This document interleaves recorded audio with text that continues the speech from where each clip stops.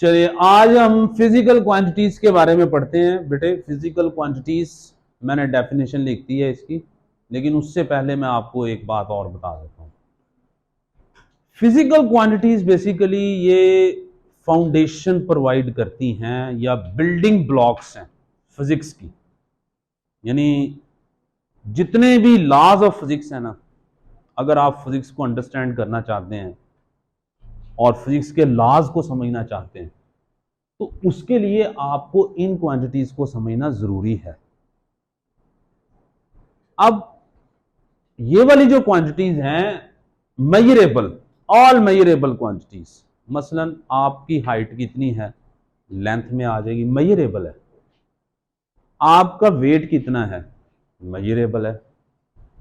पैमाइश करने वाली आ गई ना चीजें, समझ आ रही ना बात। ये आप घर से कॉलेज जाते हैं तो आपने कितना फासला तय किया, डिस्टेंस आ गया, मेजरेबल है, आप उसकी पैमाइश कर सकते हैं। तो हर वो मिकदार जिसकी आप पैमाइश कर सकते हैं उसको आप कहते हैं फिजिकल क्वांटिटी। उसको बेटे क्या कहते हैं? Physical quantity. अब कुछ चीजें ऐसी हैं जो आप मैयर नहीं कर, देखिए मैयरेबल लिखा है, ऑल क्वांटिटीज नहीं लिखा। ऑल मैयर शर्त लगा दिया कि वो मिकदारें जिनकी पैमाइश की जा सके। इसका मतलब है फिर कुछ ऐसी मिकदारें भी हैं जिनकी जिनकी पैमाइश नहीं की जा सकती, जिनको मापा नहीं जा सकता, वो भी इसी कायनात के अंदर मौजूद हैं। मसलन अगर आप ये बात करते हैं कि आज मैं बहुत खुश हूं, समझ आ रही है ना बात, तो आपसे कोई पूछता आप कितने खुश हैं, आप कहते हैं मैं बहुत ज्यादा खुश हूं। एक और स्टूडेंट है, उससे कोई वो भी कहता है मैं भी बहुत खुश हूं। अब दोनों की खुशी कितनी है, कौन ज्यादा खुश है, कैसे बताएं? क्योंकि खुशी की पैमाइश नहीं की जा सकती।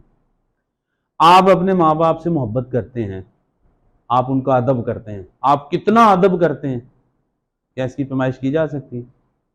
आप अगर चार बहन भाई हैं, एक सारे दावा करते हैं कि मैं सबसे ज्यादा अपने वालिद साहब से या वालदा से मोहब्बत करता हूं, चारों ही दावा कर रहे हैं,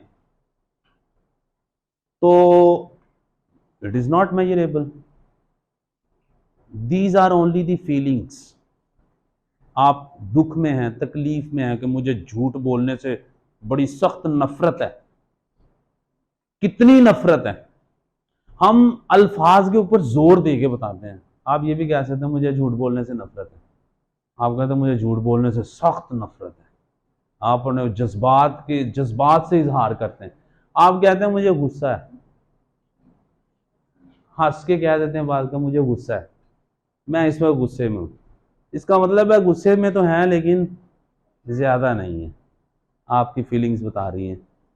आप आंखें ऊपर करके, माथे के ऊपर सलवटें ला के और दांत जोड़ के आप कह दें कि मुझे बहुत गुस्सा है, मैं तुम्हें चीर के रख दूंगा, तो इसका मतलब है कितना गुस्सा है ये नहीं बता सकते। अब जज्बात से पता चलता है, एग्जैक्ट मेजर नहीं कर पाते आप वो मोहब्बत जो है, प्यार जो है, दुख जो है, खुशी जो है, गम है, नफरत है, ये सारी चीजें आप मेजर नहीं कर सकते।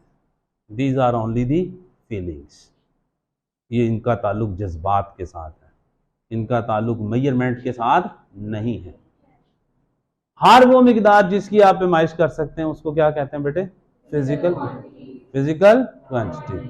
अब फिजिकल क्वांटिटी को दो ग्रुप्स में डिवाइड किया गया है। Number one base quantities and derived quantities.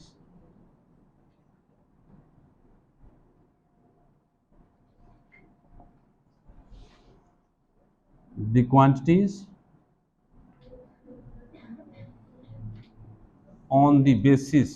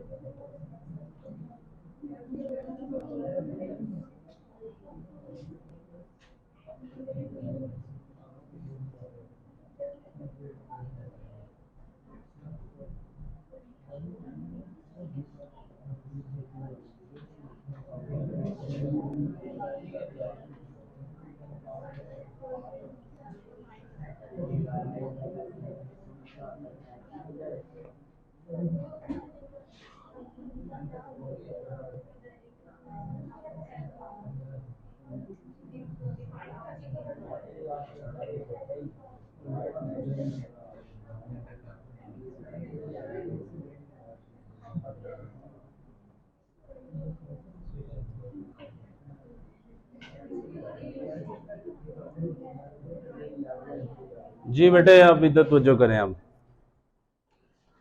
जो बेस क्वांटिटीज हैं, बेस से मुराद होता है बुनियाद।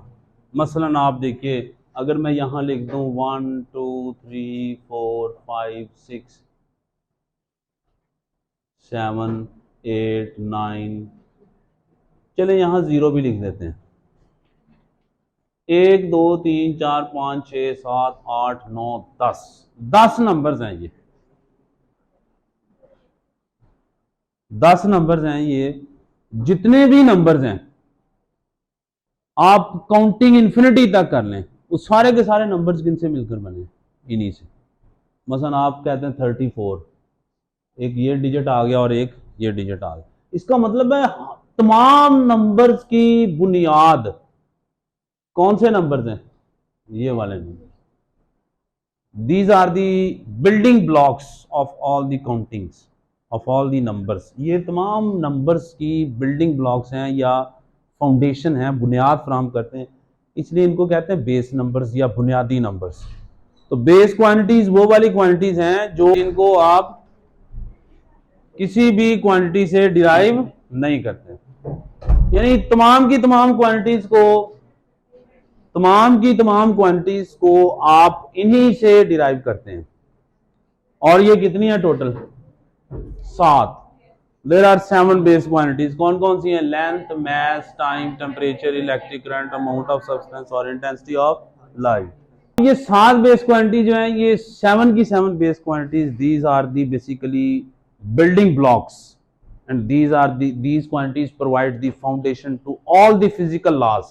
तमाम फिजिकल लॉज को ये क्वांटिटीज फाउंडेशन प्रोवाइड करती हैं। एक और सबसे इंटरेस्टिंग बात क्या है, ये 7 की 7 बेस क्वांटिटीज ये स्केलर्स हैं। यहां आपको एक बात मैं और बताता हूं, अक्सर बच्चे कंफ्यूज होते हैं इस क्वांटिटी से, इलेक्ट्रिक करंट से। वो कहते हैं कि इसकी डायरेक्शन तो है कि करंट पॉजिटिव से नेगेटिव या नेगेटिव से पॉजिटिव फ्लो करता है, तो इसकी डायरेक्शन तो है। जब हम स्केलर्स और वेक्टर्स को डिफाइन करते हैं ना, हम कहते हैं स्केलर को क्या चाहिए, मैग्नीट्यूड, वेक्टर्स को क्या चाहिए, मैग्नीट्यूड एंड डायरेक्शन। वेक्टर्स को ये चाहिए। याद रखें डायरेक्शन तो स्केलर्स में भी है, जैसे कि करंट में डायरेक्शन है। तो फिर कौन सी ऐसी चीज है जो करंट को स्केलर बना देती है। 7 की 7 बेस क्वांटिटी स्केलर्स हैं। देखें यहां आ जाता है वेक्टर रूल्स, वेक्टर रूल्स, यहां भी वेक्टर रूल्स। ये वाली स्केलर क्वांटिटीज जो है ना, ये इन वेक्टर रूल्स को फॉलो नहीं करती। वाई करंट, ये क्वेश्चन एक दफा आ गया कि why current is a scalar quantity, current scalar quantity क्यों। याद रखें हर वो क्वांटिटी जो वेक्टर रूल्स को ओबे नहीं करेगी, चाहे उसकी डायरेक्शन भी है, it is not a vector quantity. वो कौन सी क्वांटिटी होगी, स्केलर।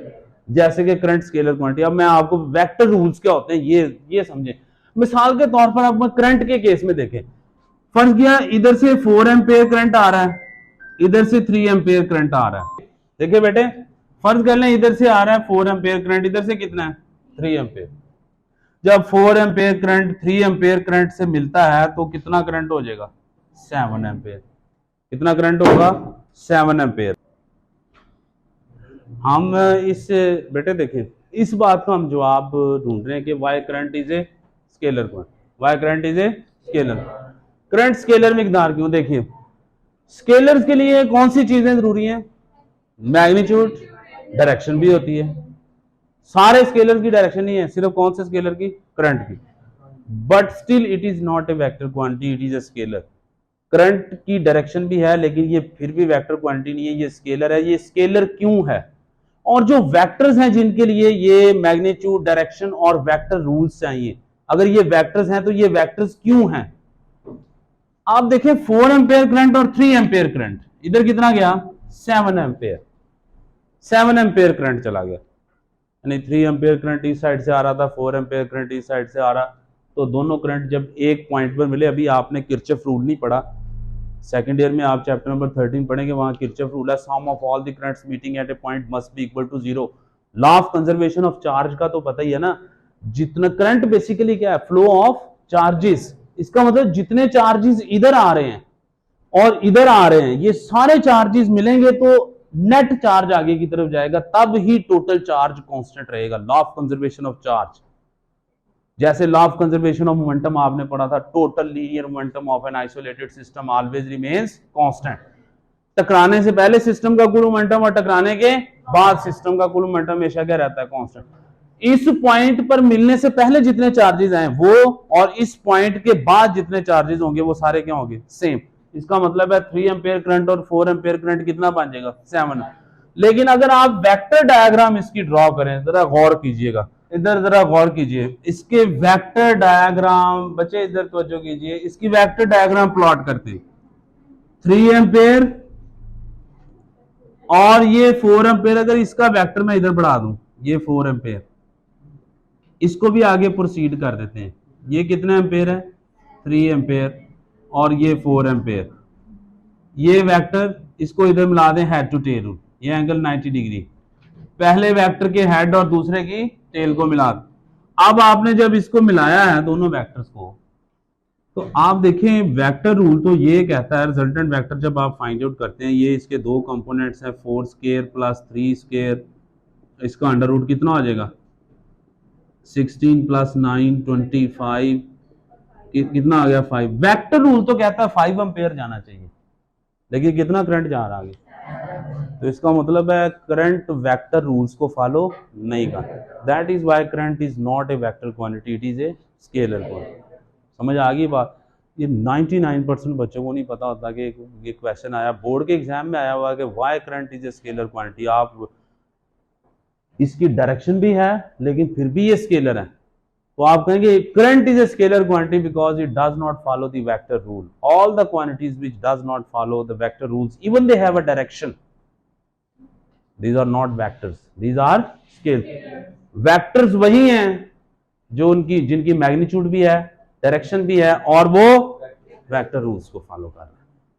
तो ये 7 बेस क्वांटिटी जो हैं, length, mass, time, temperature, electric current, amount of substance और इंटेंसिटी ऑफ लाइट, ये 7 की 7 बेस क्वांटिटीज क्या हैं? स्केलर्स। इन 7 की 7 बेस क्वांटिटीज स्केलर्स होने के मतलब ये है कि ये वेक्टर रूल्स को फॉलो नहीं करती, चाहे इनकी डायरेक्शन भी है। दूसरे नंबर पे आ जाती हैं डिराइव्ड क्वांटिटीज, ये आ जाए इधर, ऐसी मिकदारें जिनको, डिराइव का मतलब ही ये है अखज करना, ऐसी मिकदारें जिनको दूसरी क्वांटिटी से अखज किया जाए। मिसाल के तौर पर अगर आप वेलोसिटी की बात करें तो वेलोसिटी होती है डिस्प्लेसमेंट ओवर टाइम। डिस्प्लेसमेंट एक लेंथ है, डिस्प्लेसमेंट एक क्या है? और ये लेंथ जो है ये स्ट्रेट लाइन में है, यानी यूनिडायरेक्शनल लेंथ है, या आप ये कह सकते हैं शॉर्टेस्ट डिस्टेंस है बिटवीन 2 पॉइंट्स। ये length covered by a body in particular direction, खास सिमत में तय करदा लंबाई जो है वो डिस्प्लेसमेंट है। तो लेंथ है, इसकी यूनिट्स क्या है? मीटर।